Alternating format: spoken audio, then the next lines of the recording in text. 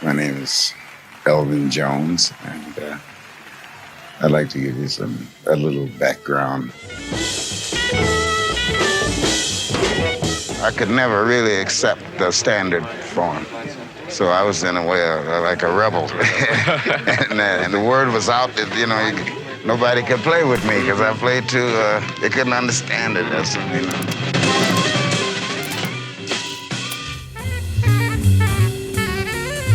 Known for his polyrhythmic approach to timekeeping, comping, and soloing, his power and explosive energy behind the drum kit, and for being one of the first jazz drummers to really approach the drum set as one singular voice, Elvin Jones is one of the most influential drummers in jazz history. A drummer who influenced other drumming legends like Mitch Mitchell, John Bonham, Bill Bruford, John Densmore, and Ginger Baker, who Elvin actually drum battled in the early 70s.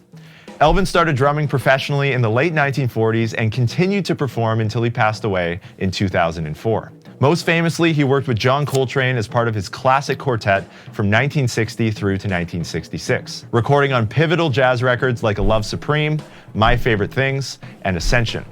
And he also performed with other musicians like Wayne Shorter, Joe Henderson, Freddie Hubbard, Miles Davis, Sonny Rollins, and he even led his own solo projects, including the Elvin Jones Jazz Machine. Elvin was a musical pioneer and innovator, and ultimately, he changed the direction and future of jazz drumming.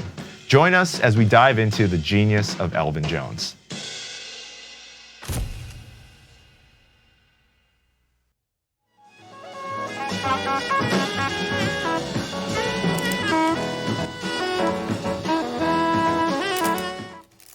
So when you mention jazz music to someone, they probably only think of songs like this one.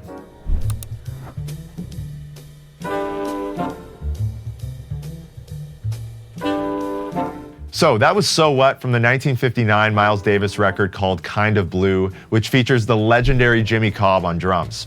This is one of the most influential and best-selling jazz albums in history. Now, on the other end of the spectrum, here's an example of what Elvin was already up to a few years before this record came out.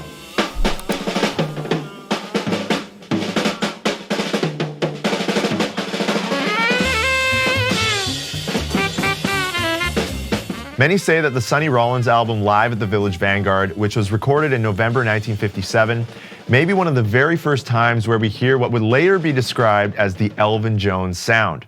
From dramatic dynamics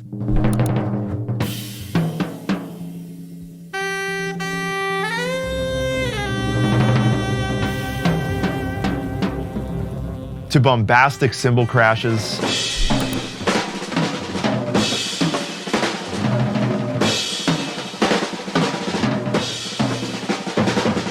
a washy, rivet-filled ride cymbal sound,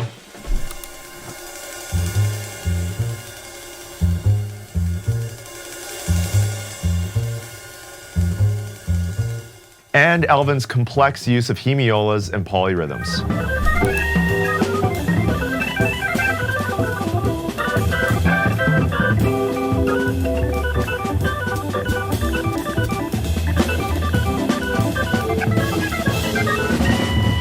In the words of Branford Marsalis, what you hear if you check out the Sonny Rollins record is, I think, the most important aspect of Elvin's playing. He came through the tradition of swing drumming, not at the expense of the tradition, and extended that concept.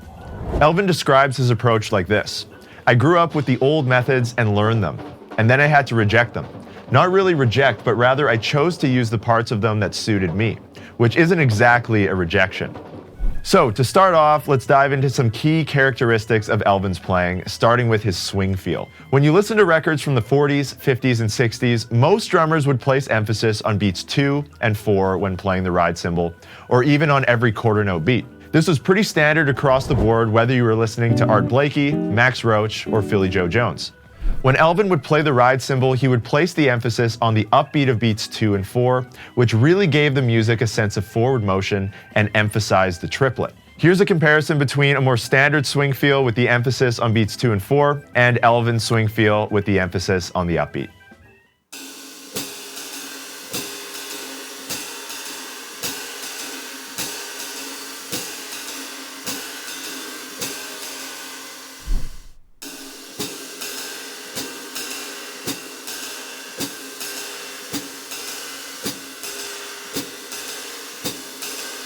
Here's some examples where you can hear Elvin emphasizing the upbeat on the ride cymbal.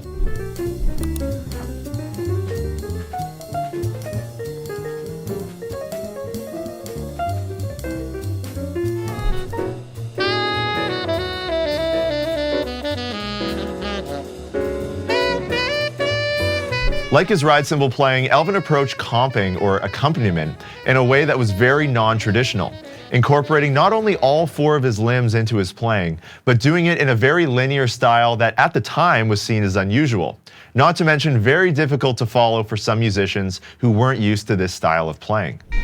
I played with other groups, and I've had sometimes severe criticism about the way I played. I didn't try to comply to standard forms. But with John, I was sort of everything that I had learned up to that point, it gave it significance. One thing Elvin was famous for was his use of triplets. Before Elvin, not many drummers were focusing in particular on the middle triplet partial. In interviews and clinics, Elvin has described and demonstrated this exercise to explain his approach.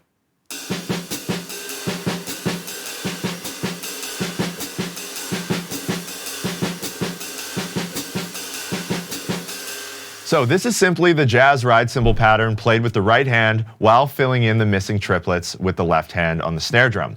And if you look at the sticking, it's a single paradiddle diddle, just starting in a different place. Now, according to Canadian jazz drummer John McCaslin, who took notes during one of Elvin's clinics at McGill University in 1999, Elvin explained that you don't have to play all the missing triplets on the snare drum. Instead, you can assign those missing triplets to the snare drum, the hi-hats, and the bass drum in lots of creative ways.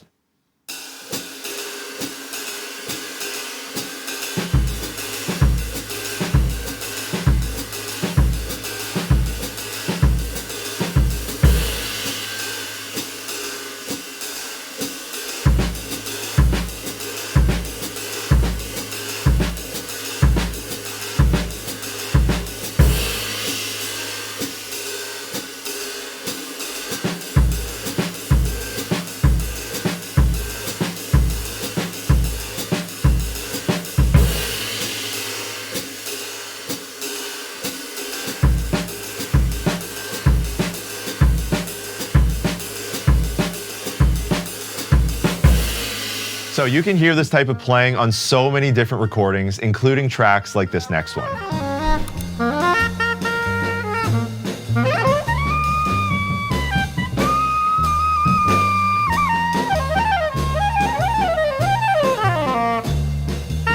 Now, before we move on, we have all of the examples from this lesson available inside of the Drumeo members area, where you can slow down the parts, you can loop them, and this is a huge help when you're working on these ideas, especially when you're practicing the comping exercises. So you can click the link right below this video to get a free 7-day trial to Drumeo. And with that, let's dive into the next section on Elvin's drum sounds.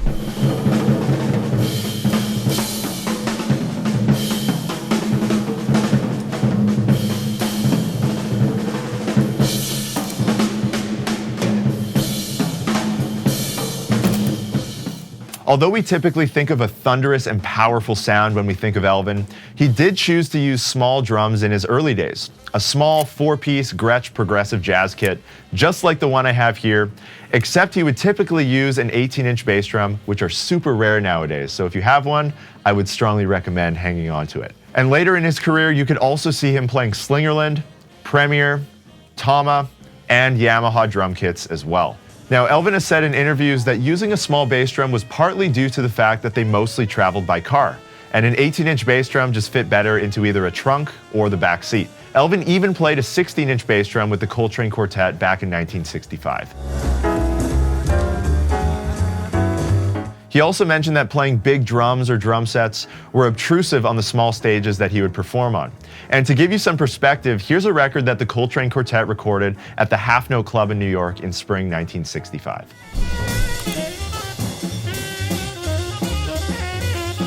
Now, look how small that club was. And this was pretty typical of a lot of venues that Elvin would perform in with Coltrane and with other jazz musicians. Elvin was also known to use K Zildjian cymbals back in the day, which is what you hear on all of those classic records from the 60s.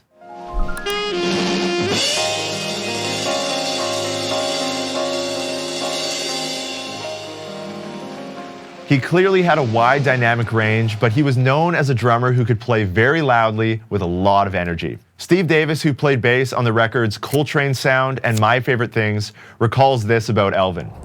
That first night Elvin was in the band, he was playing so strong and so loud you could hear him outside the club and down the block. Train wanted it that way. He wanted a drummer who could really kick. And maybe this explains why sometimes Elvin would nail the bass drum to the floor. Let's just say we're not the only ones who have to deal with creeping bass drums.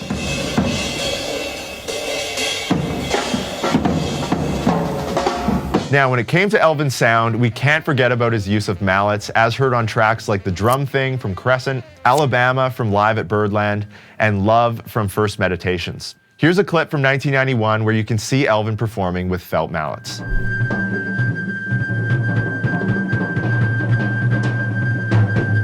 Or even on Psalm, which is part 4 of A Love Supreme, where Elvin is heard playing timpani. On this one, you'll also hear Elvin's riveted cymbals that you hear on so many of his recordings.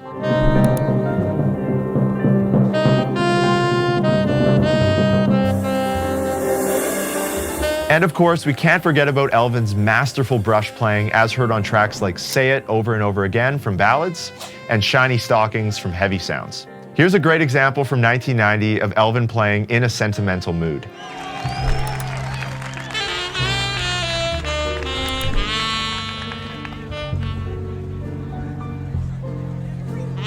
And here's a clip from a solo played entirely with brushes.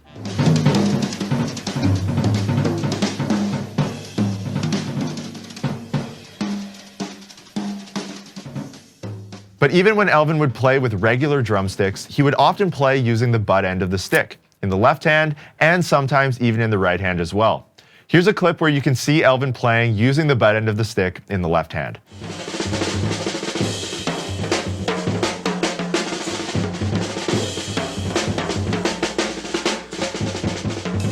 All of these things combined with Elvin's masterful drum set playing resulted in a completely new sound that would change the direction of jazz drumming.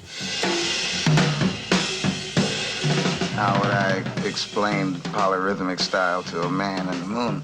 The poly of that word means many, and rhythm, of course, so it just means many rhythms, and so that's exactly what it is. One aspect of Elvin's playing that gave him such a fresh and unique sound was his use of polyrhythms and hemiolas. Elvin once said in an interview, "I think the phrasing should never be confined to a rigid pattern. Why shouldn't it overlap?" Listen to a song like Agenda from Elvin's Polycurrents record, where you can hear Elvin playing an Afro-Cuban style groove against some other percussion parts.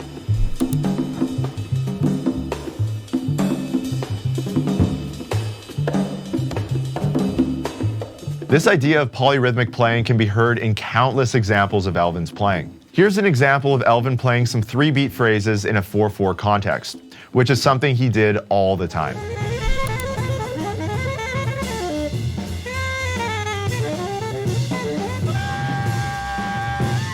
Here's a similar idea from Resolution, which is part 2 of A Love Supreme. In this one, Elvin and McCoy Tyner outline a repeating 3-beat phrase together on drums and piano.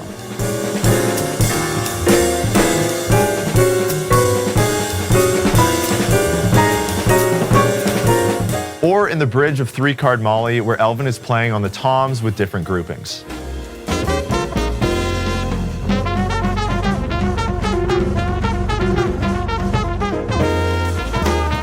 Elvin would commonly use several layers of polyrhythms all at the same time. According to jazz drummer John McCaslin, who took notes during the masterclass I mentioned earlier, Elvin explained how these were the actual exercises that he himself had worked on, and they allowed him to develop his unique style of jazz drumming. According to Elvin, these exercises are the basis of his polyrhythmic approach to timekeeping. Here's what they sound like.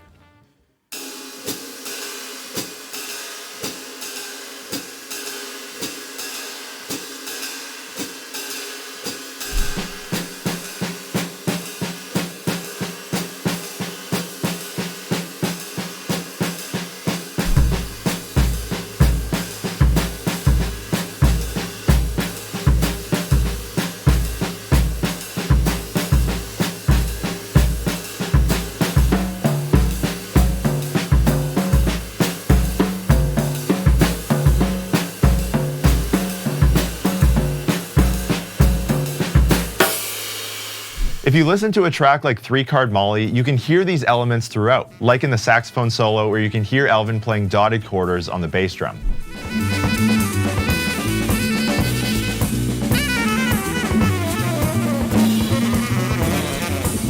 And speaking of polyrhythms, or many rhythms, Elvin would utilize all 4 of his limbs when comping within a group, which wasn't super common among more traditional players of the time. Here's 2 examples from Witch Hunt and The Trip.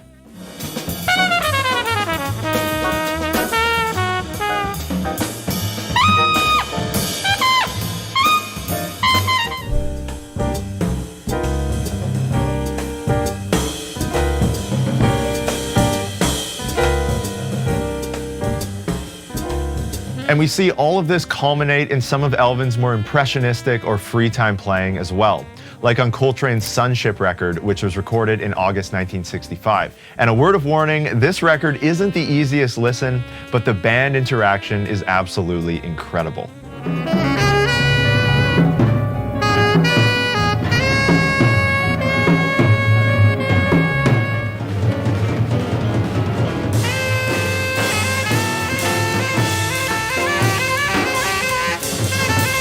You can even hear this approach on a song Elvin recorded with the rock band Our Lady Peace in 1999.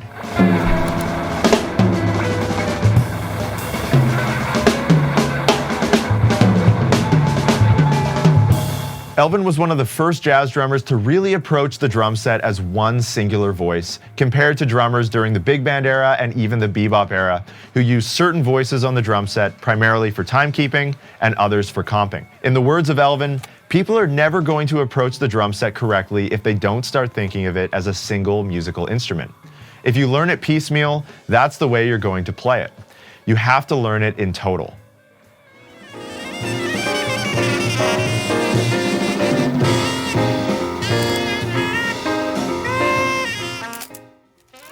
Dave Liebman recalls a conversation with Elvin Jones asking how many times he played My Favorite Things with the Coltrane Quartet. And Elvin replied, "We played it every night for 5 years. Man, we played it every night like there would be no tomorrow, like it would be the last time we played it." Now, with that kind of experience and consistency, it's pretty clear how Elvin was as great as he was. Not to mention all of the experience and practice hours he accumulated before working with John Coltrane. According to Elvin's longtime saxophonist Pat LaBarbera, Elvin loosened up the time and opened up the music whenever he played. He had the ability to move with the music and lead the band when it came to time and feel. This was a characteristic that made Elvin's playing so refreshing and different from a lot of other drummers. Listen to how Elvin plays relaxed time on recordings like Speak No Evil and Fee Fi Fo Fum by Wayne Shorter.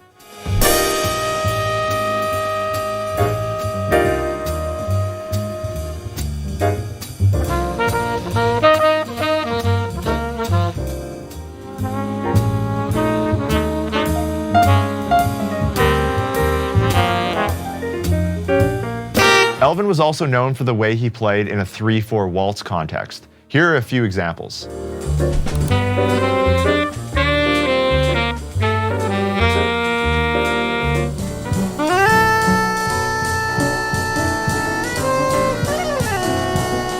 We even hear examples of Elvin playing in odd time on tracks like 5/4 Thing and Siete Ocho.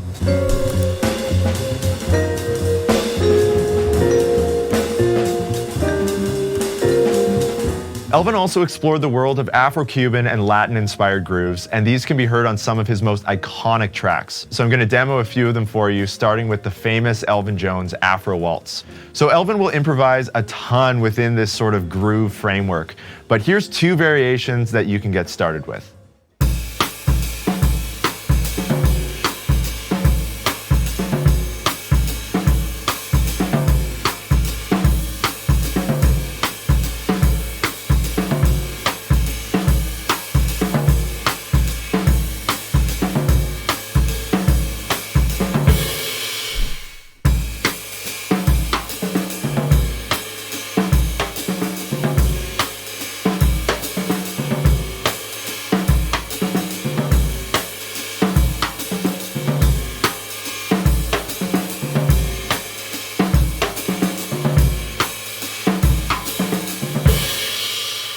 Here's one from the song Passion Dance by McCoy Tyner, which features one of Elvin's famous mambo-style grooves in the bridge section.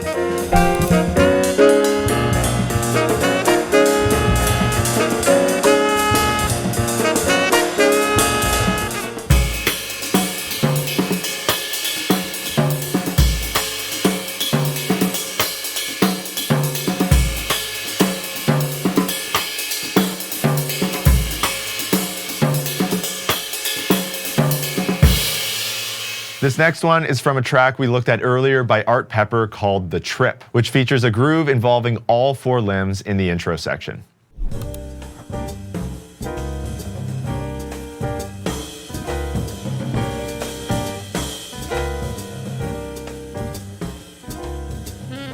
And lastly, let's look at 2 grooves from one of my all-time favorite records, A Love Supreme. The first groove is what Elvin plays right when Jimmy Garrison's bass line comes in during part 1, called Acknowledgement.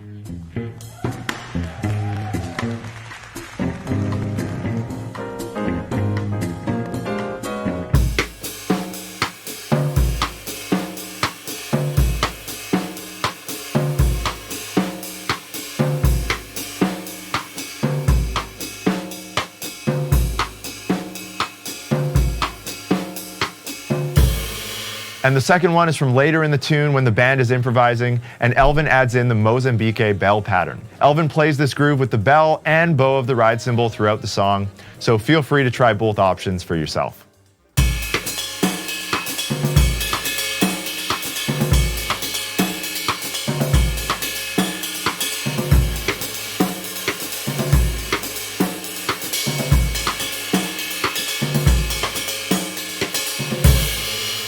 So Elvin plays a ton of really cool Latin-inspired grooves on the song Acknowledgement, and I've actually transcribed the entire drum part, and it's available inside of the Drumeo members area right now, so you can see exactly what he plays in every bar of the song.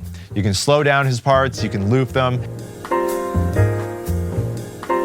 Speaking from personal experience, sometimes it's really tough to hear exactly what's going on when you're listening to Elvin, so I highly recommend checking it out. You can click the link right below this video or the button right here on screen to start a 7-day free trial to Drumeo. Beyond this type of playing, Elvin also explored the world of jazz fusion in the mid-70s, as you can hear on his album On the Mountain.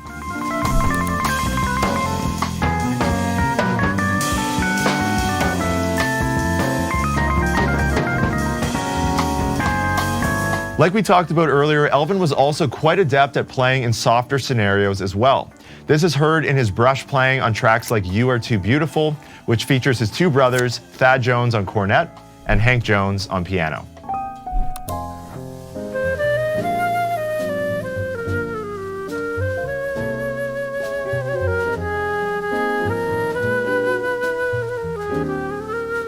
Or in true Elvin fashion, he could also play with more power and volume, like on this track.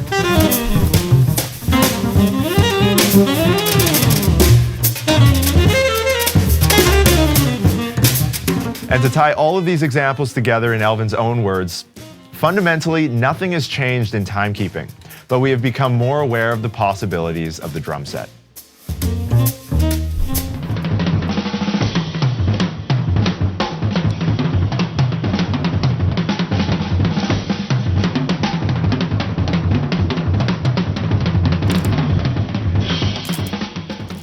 Perhaps one of the most captivating aspects of Elvin's playing was his bombastic, spontaneous, and creative drum solos. His vocabulary was also very rooted in the rudimental tradition. Elvin even said that his time serving and playing in the US Army Band helped him to build his rudimental chops, which undoubtedly had an influence on his later playing. You can hear this influence in tracks like these.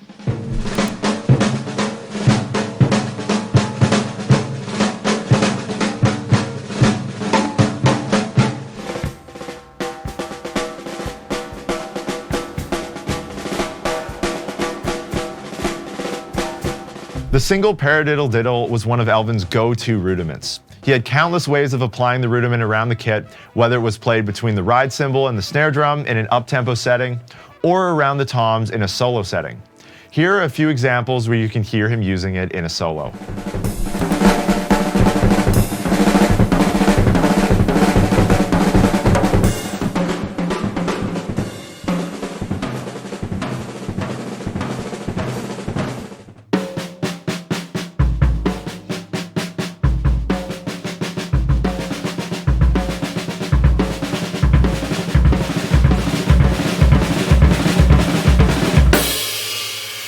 Another common theme in Elvin's solo vocabulary is his use of linear playing around the kit, typically in groups of threes.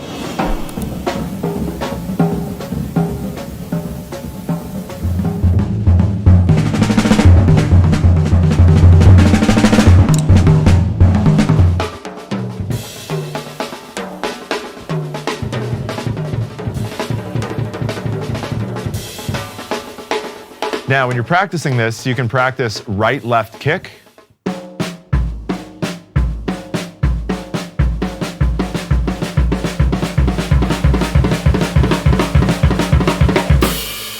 or you can practice left-right kick, which is the sticking I prefer.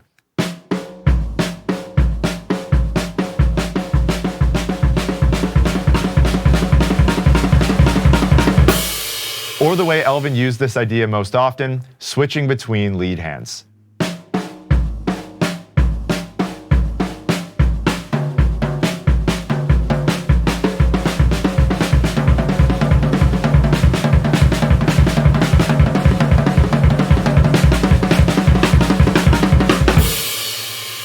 You can even try substituting the bass drum for the hi-hat like Elvin would do in his solos and comping. And really, you can just be creative with this concept in terms of how you orchestrate it around the kit and the subdivisions that you use. Now, chances are you've probably heard these triplet ideas played by drummers like John Bonham, Carmine Appice, and Ginger Baker. But you can hear Elvin playing these triplet ideas even before bands like Zeppelin, Vanilla Fudge, and Cream even existed.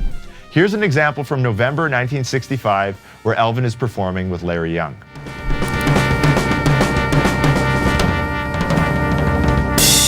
And beyond all of this, Elvin's solos included all of the traits that he became known for: thunderous tom rolls, bombastic cymbal crashes, wide open flams, and polyrhythmic playing. In this clip of Village Green, you can hear Elvin playing some wide open flams between different drums.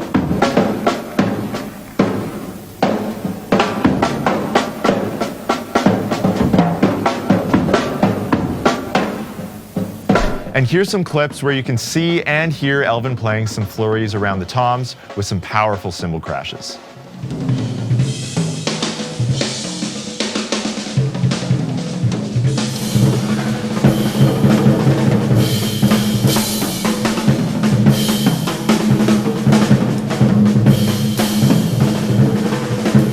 Talking about Elvin's drum solos, we can't forget about how he used melody as a key element of his solos. Here's a clip of him discussing his process while soloing over the tune 3-Card Molly. If we understand the melody, then we can understand how the melody or that rhythmic phrase can be developed. So the melody being, in terms of rhythm,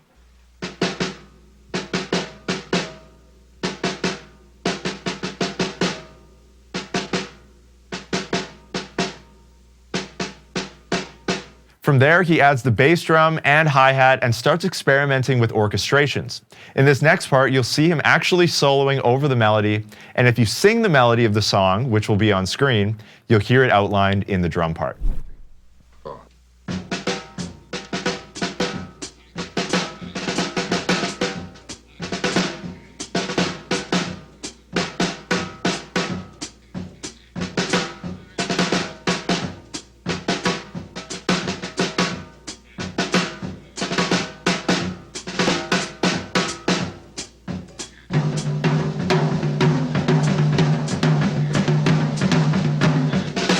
So in that 3-Card Molly solo, you hear Elvin moving between lots of different subdivisions or note values to build tension and momentum in the solo.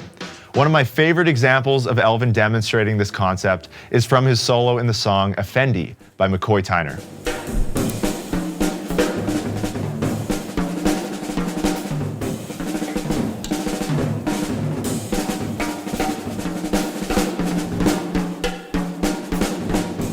While Elvin could have a loud and aggressive playing style, he was just as masterful in softer, more delicate settings.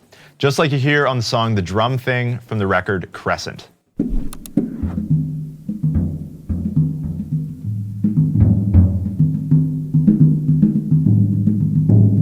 And as many of you probably know, Elvin also had a signature way of ending his solos. In Elvin's own words, sometimes one has to use devices to bring the group back together. My device at that particular time was a roll and a vigorous nodding of the head. Finally, you can see many of these ideas summed up in one of Elvin's most iconic drum solos from the track Black Nile by Wayne Shorter.